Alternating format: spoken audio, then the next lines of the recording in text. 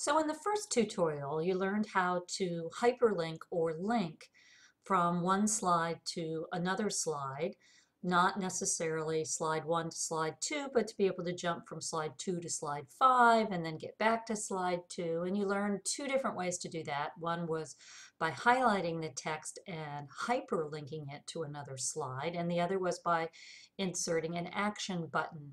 There's just another couple of things I'd like to go over that you will need to finish this up. One is this last slide. Whatever your last slide is, ask your learners how they did on the quiz. And if they did well, then congratulate them. And if they need to review the material because they didn't do so well, then you should suggest that. So have some type of summary on your last slide directed at the student.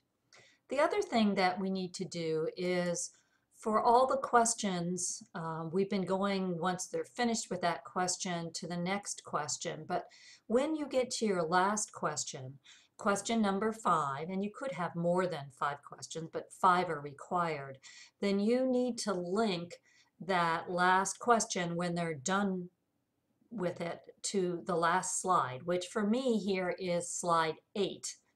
So I'm going to pretend that this is my last question, and actually it is, but for me it's only question 2, and for you it would be at least question 5. And I'm going to create an action button that will take them to the last slide, not the next slide, because the next slide would be the correct slide. And that's not where I want them to go when they're done with the last question. So I'm going to go up and insert a shape this time. And I'm going to put in an action button again. Again, you could put in text if you prefer and hyperlink the text. Because it's an action button, as soon as I let go, it's going to ask me what I want that action button to do. And in this case, I do not want it to take me to the next slide. I want it to take me to the last slide. Not the last slide viewed, but the last slide in the presentation, and click OK.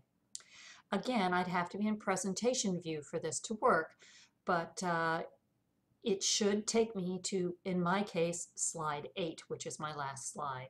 So make sure you check everything in presentation view and upload the PowerPoint when you're done to Blackboard.